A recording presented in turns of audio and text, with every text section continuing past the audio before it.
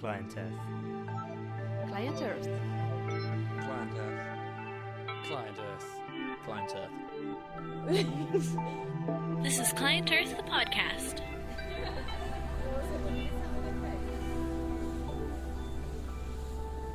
I'm your host, Kira Crawshaw, and this is Client Earth, the podcast. This podcast is about the work we do at Client Earth in our different program areas as told by our staff. The goal of this podcast is to be a source of information about complex environmental issues in the most accessible way possible.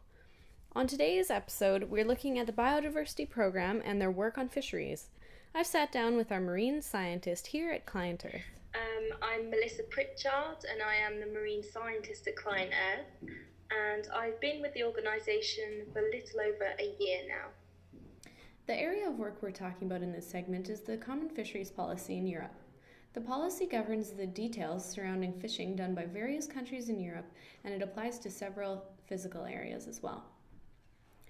As Melissa explained, the fishery situation in Europe is quite unique in that several countries are governed by the same policy. She stresses the significance of working things out this way. You can't just have separate country rules because they just conflict with each other and the fish don't respect any political boundaries.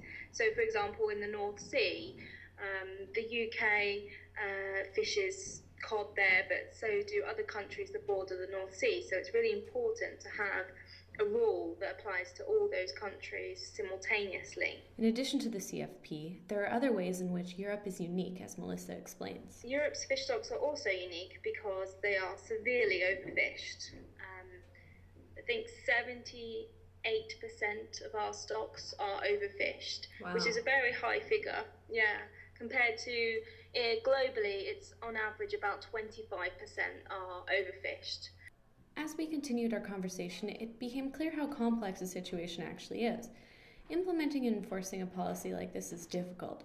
Determining the specifics in the first place can be a problematic process as well. Scientifically, you would say that you should follow the scientific advice because that advice tells you how much you can take without depleting the stock and how much you can take to enable a buffer in case anything happens unexpectedly.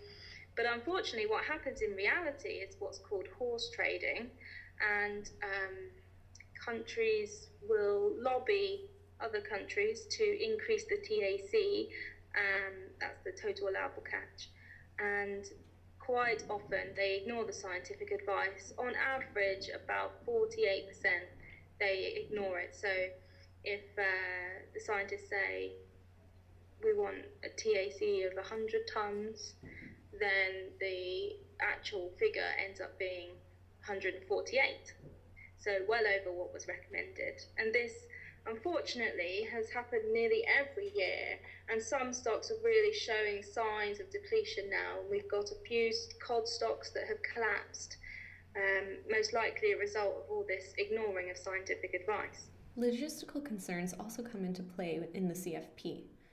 The benefit of having a policy that applies to everyone is that, as Melissa explained, fish don't respect political boundaries. But making general rules does have its drawbacks. Because the decisions are made at a very high level by people who are very centralised, all meeting in Brussels at once, they make a decision that affects all fisheries in EU. So they might say, this is how big the mesh size can be on your trawled net, or how thick the netting can be. And unfortunately that then has to apply to everyone, and sometimes it really doesn't work because there's hardly any fishery where one rule works for everyone. You need tailored solutions per fishery because they're all different. They use different types of boats, different sizes of boats, they fish at different times in different areas, different fish stocks.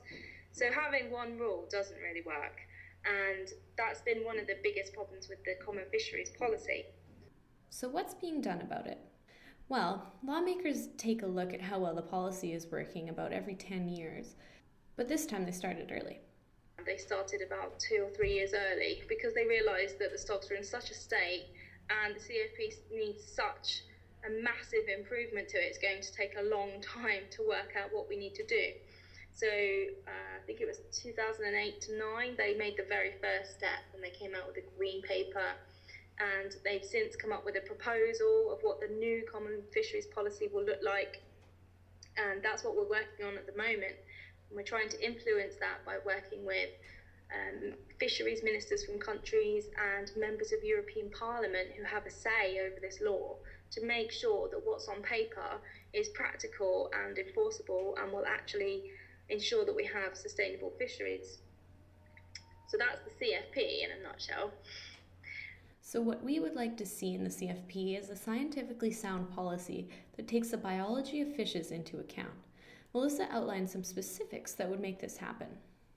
When we have a sustainable fish stock, it's not just about the biomass of fish, it's also about the age and size structure and having a good abundance in each size category, particularly in the larger sizes, because just a few of those large fish can contribute more than, say, 100 small fish.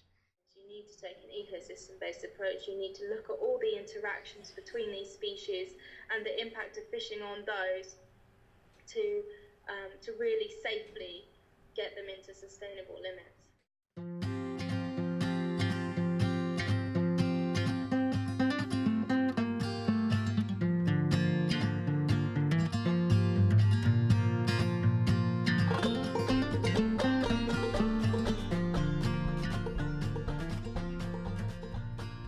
On this episode, we talk specifically about the work on the CFP, but this isn't the whole story in our mission to create sustainable fisheries.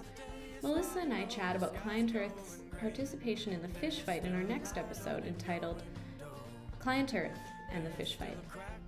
To stay updated on the developments as they happen, follow us on Twitter and Facebook and become a member of our website. Also, I'd love to hear from listeners. Feel free to comment or drop me a line. To carry us out with their song Window, we have a Canadian band called Opera Club based out of Vancouver Island. Thanks, see you next time.